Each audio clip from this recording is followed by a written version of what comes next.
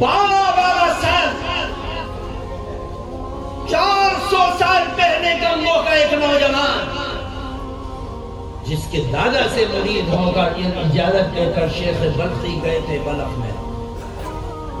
شیخ زکریا رحمت اللہ علیہ مشائخ چشت میں اس واقعے کو لکھتے ہیں.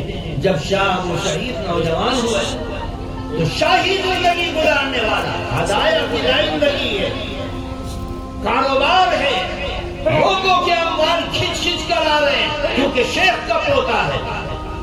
لوگ استقبال کرتے ہیں, دعوتیں کرتے ہیں, ہاتھ چومتے ہیں, در پر سر دیکھتے ہیں, ان کا استقبال کرتے ہیں.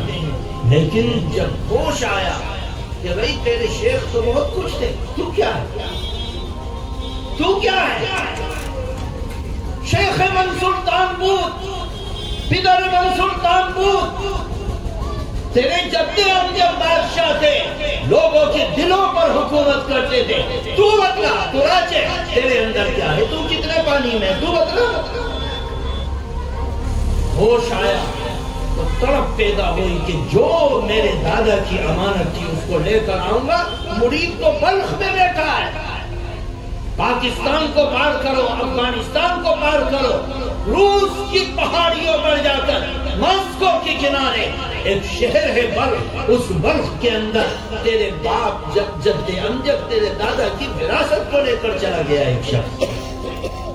سفر باندھا, مہینوں کا سفر کر کے برف پوش پہاڑیوں کو پار کر کے جب پہنچے, مولانا شیخ زکریا رحمت اللہ علیہ لکھتے ہیں کہ جب اس امانت کو لینے کے لیے پہنچے اور شیخ بلخی کو پتا چلا کہ میرے شیخ کا پوتا آ رہا ہے, تو قالی نے بھی شوا دی اور بلخ کے بادشاہ کو دعوت دی اور اپنے سارے مریدوں اور شاگردوں کو دعوت دی, اور دعوت دینے کے بعد استقبال کے لیے کھڑا کر دیا گیا. تمام سنتری منتری ایک نوجوان کا استقبال کر رہے ہیں جو گنگوں سے آ رہا ہے. قالینوں پر چڑھ کر چل دیے. حضرت شیخ لکھتے ہیں کہ کھانا لگ گیا, ناشتہ ہو گیا, پھر تخت پر بیٹھے ہوئے شاہ ابو سعید اور برابر میں شیخ بلخی دو زانو بیٹھے ہیں. ان کی زبان سے نکلا کہ میرے شیخ کے پوتے آنے کا مقصد کیا ہے, کیوں آئے؟ انہوں نے فوراً وہ مقصد بیان کیا جس مقصد کے لیے آئے تھے. فرمانے لگے کہ میرے دادا کی امانت تمہارے پاس ہے, اس امانت کو لینے کے لیے آیا ہوں. وہ روحانی مراتب, وہ جدوجہد, وہ مجاہدہ, وہ مشقت جو آپ نے میرے دادا کے سامنے گنگوہ کی گلیوں میں, ان کے حمام خانوں میں اور ان مشقت کی راتوں میں جو تم نے مشقت اٹھا کر میرے دادا سے ایک نسبت حاصل کی تھی, اس نسبت کو حاصل کرنے کے لیے آیا ہوں. اللہ اکبر. مؤرخ تاریخ کی کتابوں میں لکھتا ہے کہ جب یہ الفاظ ان کی زبان سے نکلے, شیخ بلخی نے ایک ہاتھ مارا اور قالین سے نیچے گرا.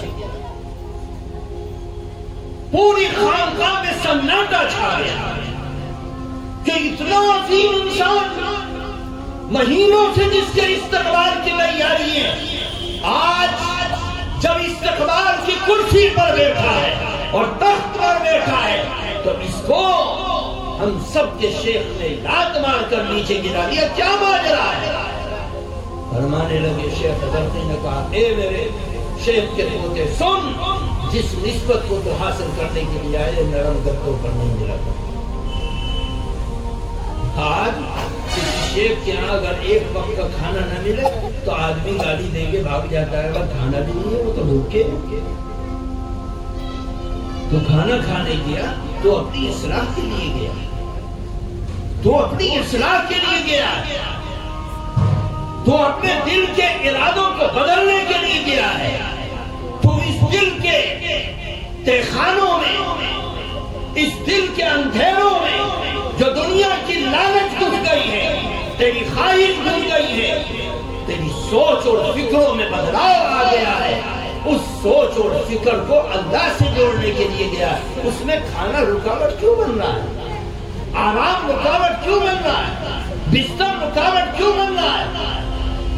فرمایا شیخ بلخی نے، جاؤ ابو سعید، ہمارے حمام کے پانی جو خانقاہ کے لیے گرم ہوتا ہے اس کے لیے جنگل سے لکڑی لاؤ، اور لکڑی لا کر اکٹھی کرو اور حمام کو گرم کرو تاکہ ہمارے مریدین کو گرم پانی سے وصول ہو۔ اتنا بڑا شہزادہ 1 سال نہیں، 2 سال نہیں، 5 سال نہیں، 10 سال نہیں، 12 سال تک شیخ بلخی کے حمام میں آگ جھونکتے رہے۔ آج تو برساتی مہلوں کی طرح تو بھی لے لے خلافت، اور تو بھی لے لے، اور تو بھی لے لے، کیونکہ دل کالے ہو گئے۔ سب کچھ ہونے کے بعد زندگی بدل نہیں پاتی اور اعمال بدل نہیں پاتے، لیکن ان لوگوں کی بھٹی میں جو دہکایا جاتا تھا اور جو مشقت برداشت کیے جاتے تھے، اور جب لوگوں نے آ کر سفارش کی کہ حضرت گنگوہ کا شہزادہ مشقت اٹھاتا ہے اور پوری رات دن میں لکڑیاں اکٹھی کرتا ہے اور رات میں حمام کو دہکاتا ہے، حضرت وہ بڑا پریشان ہے، تو دل میں ارادہ ہوا کہ ناپ کر تو دیکھو کہ وہ شہزادگی اور شیخ کے اولاد ہونے کی کا جو کیڑا ہے دل سے، وہ نکلا یا نہیں نکلا، وہ نکلا یا نہیں نکلا۔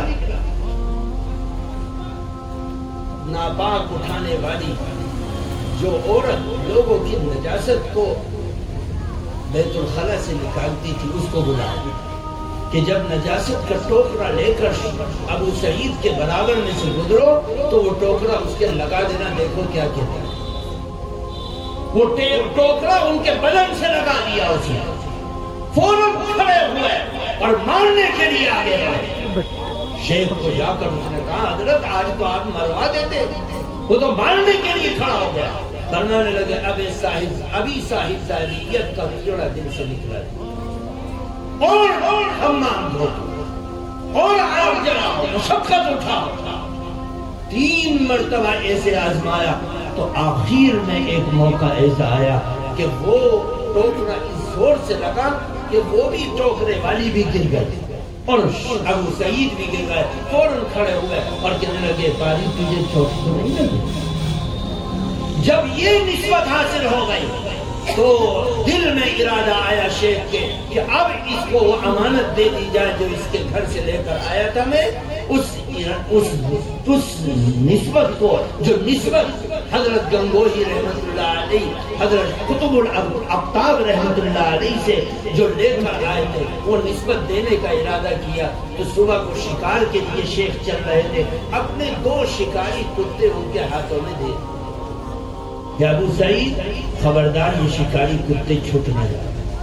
وہ کئی دن کے بھوکے شکاری کتے، وہ ابو سعید کے نرم و نازک جسم سے ان کی رسی ہے، وہ رسی جیسے ہی شکار کو دیکھتے ہیں کتے اس کی طرف دوڑتے ہیں۔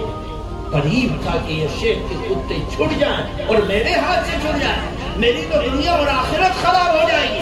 اپنی کمر سے ان کی رسیوں کو باندھ لیا، اور باندھنے کے بعد کتے جب اپنے شکار کے پیچھے دوڑتے ہیں تو ابو سعید ان کو سنبھالتے سنبھالتے گر جاتے ہیں، یہاں تک کہ جنگل میں گر کر ان کے جسم سے گوشت اور گوشت کے اوپر سے لہو بہنے لگتا ہے،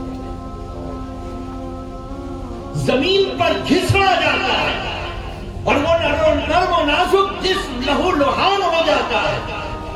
شکار سے سب لوگ آ گئے، شیخ کے خواب میں حضرت گنگوہی رحمت اللہ علیہ شیخ آتے ہیں، عبد القدوس گنگوہی، اور فرماتے ہیں کہ اے بلخی، تم نے ہمارے بیٹے کو جتنی مشقت میں ڈالا ہے، ہم نے تمہیں اس راستے میں اتنی مشقت میں ڈالا۔ بلایا اور بادشاہ بلخ کو بلایا، اپنے مریدین کو بلایا، جس اعزاز کے ساتھ ان کو لائے تھے اسی اعزاز کے ساتھ ان کو وہاں سے نسبت دے کر، پگڑی باندھ کر ان کی اصلاح کر کے ان کو روانہ کیا اور کہا کہ جو تمہارے گھر سے میں امانت لے کر آیا تھا اس امانت کو تمہیں